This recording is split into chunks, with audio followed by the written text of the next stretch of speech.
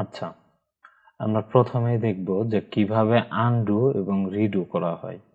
ঠিক আছে? তো আনডু হচ্ছে আপনি এক স্টেপ করে ব্যাগে যাবেন, আর রিডু হচ্ছে এক স্টেপ করে সামনে যাবেন।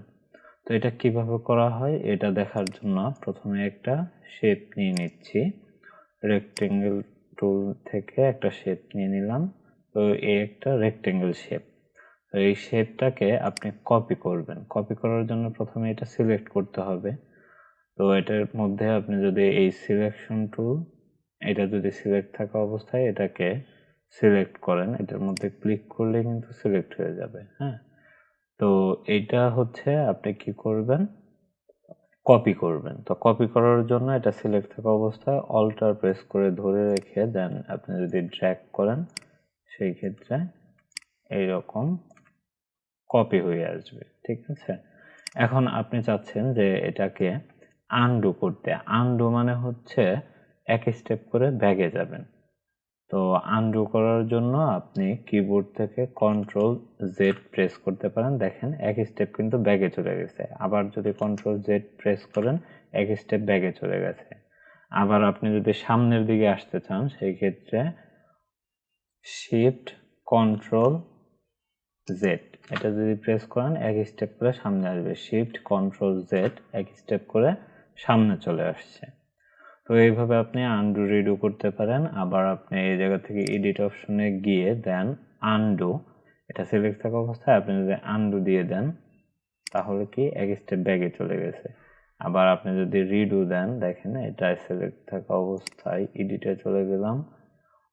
এখন যদি আপনি রিডু দিয়ে দেন তাহলে এক স্টেপ সামনে চলে আসবে। তো এই ছিল আনডু এবং রিডু, এই দুইটা, যে কিভাবে আপনি এক স্টেপ সামনে আসবেন, এক স্টেপ ব্যাগে যাবেন। তো এটা আপনি যদি একাধিক ব্যাগে যেতে চান, সেই ক্ষেত্রে আপনি কি করবেন, control Z control Z control Z control Z.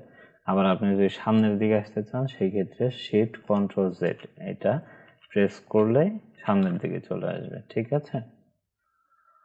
তো এতটুকুই হচ্ছে আনডু রিডু।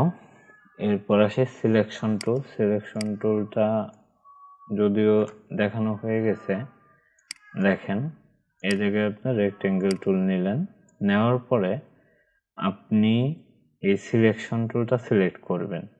এই টুলসটা তো এই জায়গা থেকে সিলেক্ট করেই রেখেছেন, আপনি চাচ্ছেন এইটা সিলেক্ট করতে। সেক্ষেত্রে আপনি যদি কিবোর্ড থেকে ভি প্রেস করেন তাহলে এই সিলেকশন টুলটা সিলেক্ট হয়ে যাবে।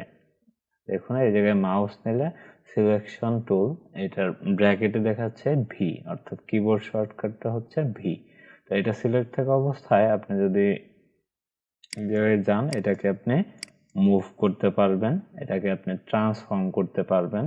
ট্রান্সফর্ম করার জন্য আপনি অ্যাঙ্কর পয়েন্ট থেকে যদি ড্র্যাগ করেন, দেখেন এই হচ্ছে অ্যাঙ্কর পয়েন্ট। তো এই জায়গায় যাওয়ার পরে এইভাবে যদি আমি ড্র্যাগ করি, এটা একটা অ্যাঙ্কর পয়েন্ট, তো ড্র্যাগ করলে এরকম হয়ে যাচ্ছে।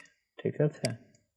আপনি কিন্তু এই জায়গা থেকে এটাকে ট্রান্সফর্ম করতে পারবেন না, আপনাকে এই অ্যাঙ্কর পয়েন্ট ধরে ধরে কাজ করতে হবে। ঠিক আছে? আচ্ছা, এরপরে আসি direct selection tool. Direct selection tool দিয়ে আপনি এইভাবে এটা সিলেক্ট করে দেন এইভাবে সরাতে পারবেন।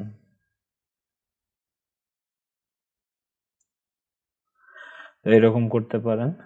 আবার আপনি চাচ্ছেন লেসো টুল দিয়ে সিলেক্ট করবেন, সেই ক্ষেত্রে আপনি এইভাবে যদি পেঁচানো কোনো থাকে সেটাও সিলেক্ট করতে পারবেন লেসো টুল দিয়ে। এখন দেখেন এই তিনটা অ্যাঙ্কর পয়েন্টই সিলেক্ট হয়ে গেছে।